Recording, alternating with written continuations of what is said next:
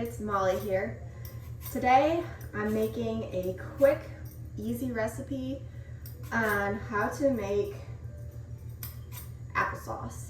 I got a whole bushel of Granny Smith apples and I've got to preserve them somehow. So I'm going to be using my crock pot for this recipe so I can go about my day, and it takes about 2.5 hours once you have the apples skinned and diced and cored, and then you get them in there and add the other ingredients, which is so much easier than having it done on the stovetop where you have to stand over it all day long like you would with a larger batch. And I've really enjoyed this recipe so far this season, so I figured I'd share it with y'all. So the first thing, obviously, is you're going to take your apples, you're going to get the skins off of them, and then I like to use my core to do this, and sometimes I get a little bit of the skin still on it. I'll chop those off. I'm not going to throw away these scraps. There's always a use for apple scraps. Let's see, what did I do with them last time? Oh, with my last batch of apples, I took all of the cores and the skins, and I made a tea out of them, and then made spiced apple jelly, which is super simple, and it tastes really good. Today I'm going to be taking all my scraps, I'm going to be adding them to this jar so that later on I can make apple cider vinegar. So, the lesson is, don't throw away your scraps. There's always someone that can use them. Sometimes I'll even eat them. I have dogs. The dogs love eating apples. They can't eat the cores, obviously, but I'll throw the cores out to my chickens if no one else is going to use them. There's always a use for your scraps.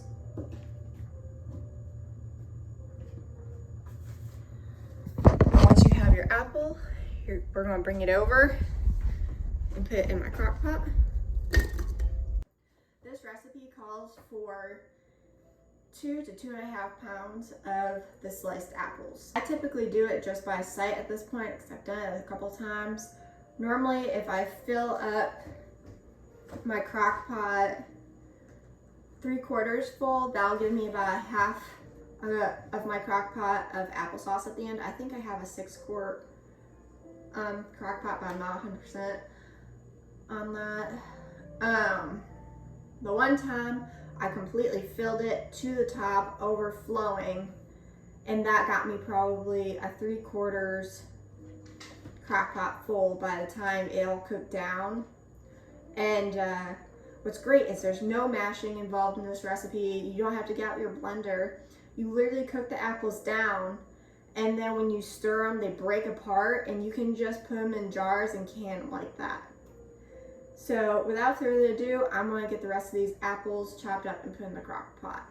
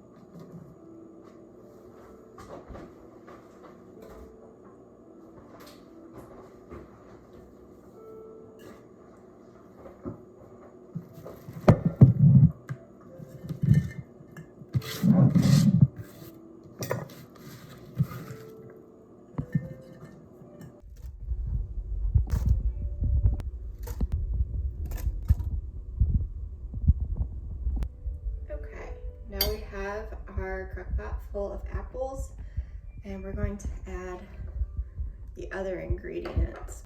So first thing we're going to do is do 1 tablespoon of lemon juice, fresh squeezed is always better, but sometimes I don't have on hand.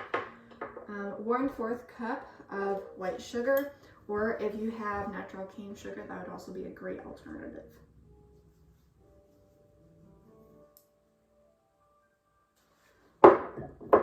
Two tablespoons of brown sugar.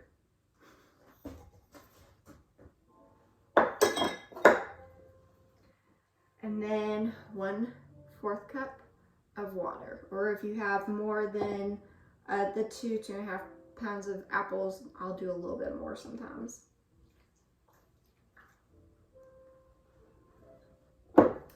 And then optionally, you can use 1 cinnamon stick.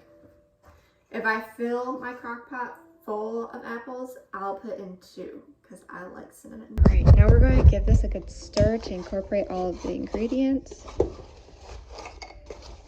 Get everything equally covered. Right, I'll put it on our top. And I'm going to program it for 2.5 hours on high.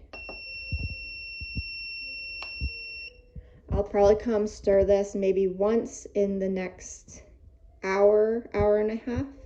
And besides that, you can just leave it and wait until the time is up. So we're back 2.5 hours later. I normally mix this around the 1 hour point, but I didn't get to do that. I had to leave the house, which is why I love doing it this way, because it gives you that option. So let me show you guys what we have 2.5 hours later. Already looks like applesauce. You barely need to mix it. I'm gonna give it a good stir. Look at that cinnamon swirl in there. It smells amazing. And sometimes if it doesn't cook down this well, like I'll use my spoon and mash chunks up on the side. Sometimes I'll use like a mashed potato masher. And if you like chunky applesauce, you don't even have to do that. And at this point, I'm also going to find a cinnamon stick. There it is. And I'm going to pull that out. And that's how we make the applesauce portion.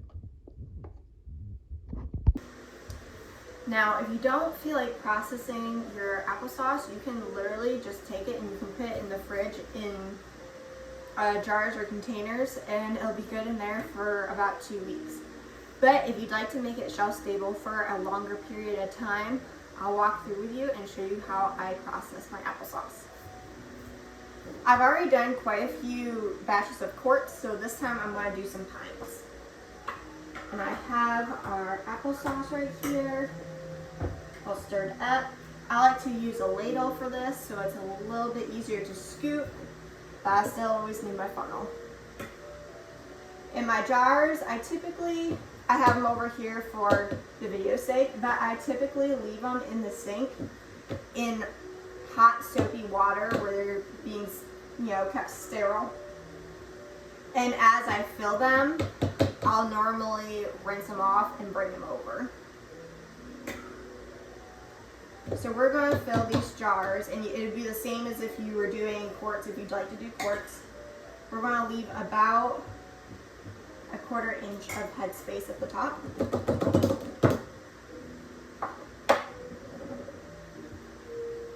Wipe off the top and the rim, and all around. If you drip, we'll add our top and screw on the lid finger tight. And we'll do that for all our jars until we run out of applesauce. All right, I ended up getting 3 pint jars full, and I'm gonna have 1 mini in there. Whenever there's extra space in my canner, like there's gonna be today, because it normally holds 6 pints, I'm only putting in 3 and a mini. So I'm also gonna fill up a jar of water and can that, and that's what I do with my extra jars, so that in the case of an emergency, we'll have drinkable water. And if we don't use this by the spring, I'll use it on plants or in the garden. All right, so I have my boiling water behind me, and I'm going to put our jars in there, and they're going to be in there for 20 minutes.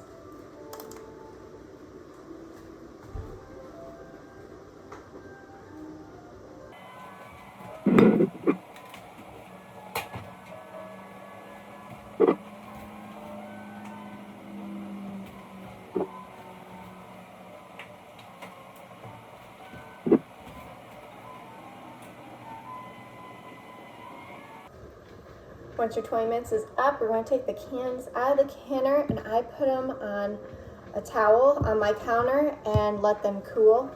And then you wait to hear the pop on the little rim to know that they're shelf stable.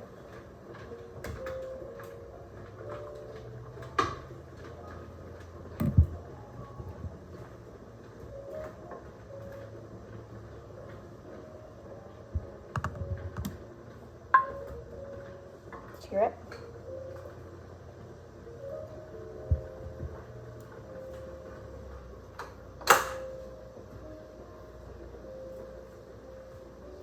There we are. Making homemade applesauce really is that simple. I hope you guys give it a try.